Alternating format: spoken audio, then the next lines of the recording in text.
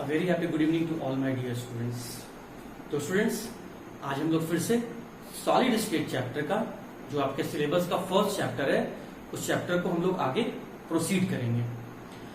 Chapter आपको तभी समझ में आएगा जब इसके पहले पढ़ाए गए टॉपिक्स को आपने सुना होगा, समझा होगा। अचानक से अगर आप न्यू कमिंग स्टूडेंट हैं, नया ही अभी ग्रुप में जुड़े हैं, तो थोड़ा तकलीफ होगा, थोड़ा दिक्कत होगा। बट मैं फिर भी एक बात आपको कहना चाहता हूं, अपना कॉन्फिडेंस मत लूज करना।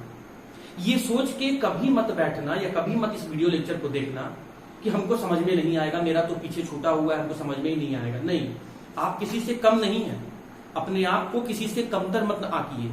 और दूसरी बात स्टूडेंट, छोटी सी बात है, कहने को तो इसका मीनिंग बहुत बड़ा है, लेकिन लाइंस बहुत छोटी सी है कि मन के हारने से हार है और मन के जीतने से जीत है। तो अपने होप को, अपने कॉन्फिडेंस को कभी मत लूज कीजिए।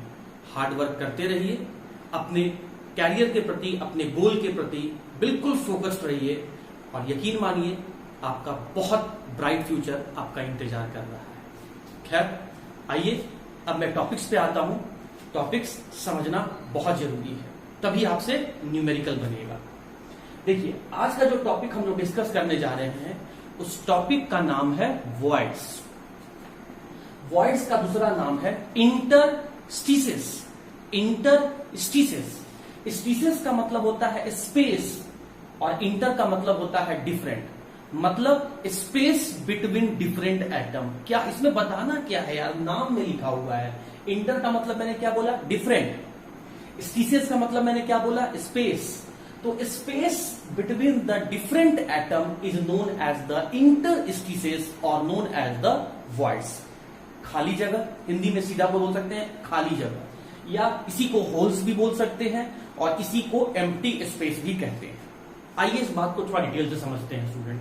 देखिए, जब हम लोग एटम को एक दूसरे के पास में रखकर तीन अलग अलग लेयर बनाते हुए एक 3 डायमेंशनल बॉडी बनाते हैं, तो जब एक एटम को दूसरे एटम के पास में रखा जाता है तो उनके बीच में एक छोटा सा खाली जगह, स्पेस बचा हुआ रह जाता है।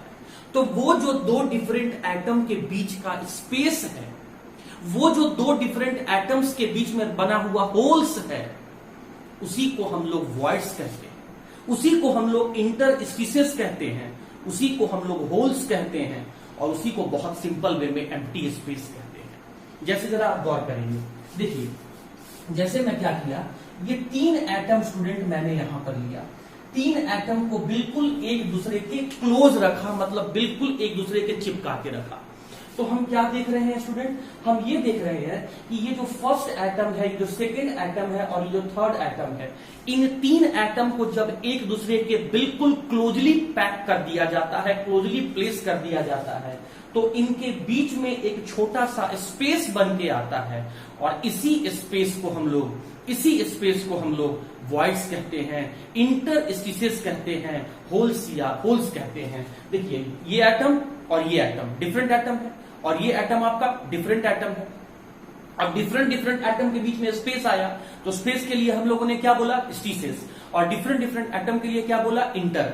तो इसका पूरा नाम क्या हो गया, इस छोटे से खाली जगह का पूरा नाम क्या हो गया, इंटरस्टिसेस।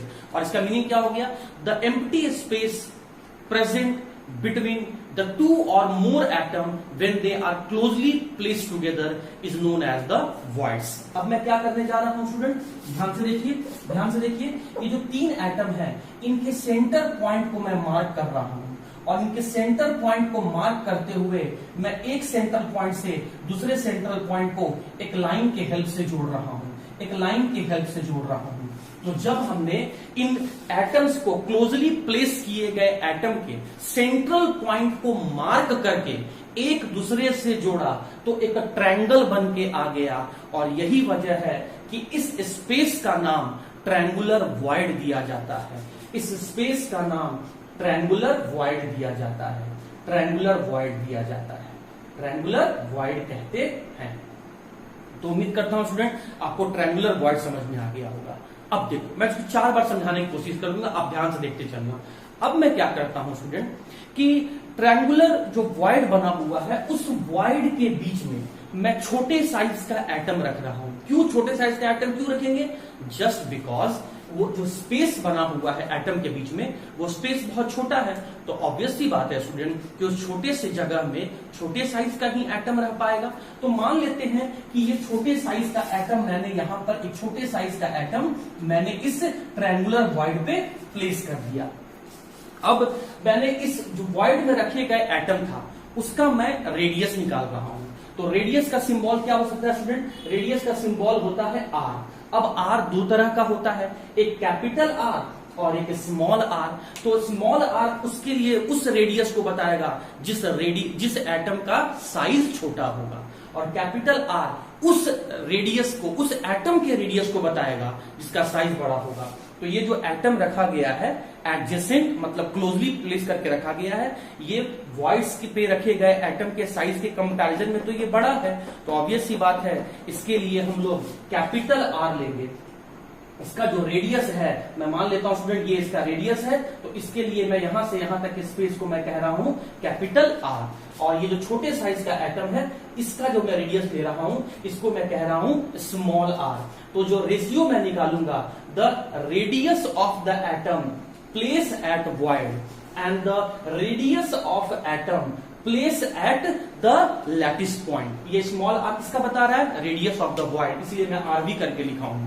और ये कैपिटल आर किसका बता रहा है? Radius of the atom placed at the lattice point. V क्या है? वॉइड। एल क्या है? Lattice point. आर क्या है? Radius of the atom.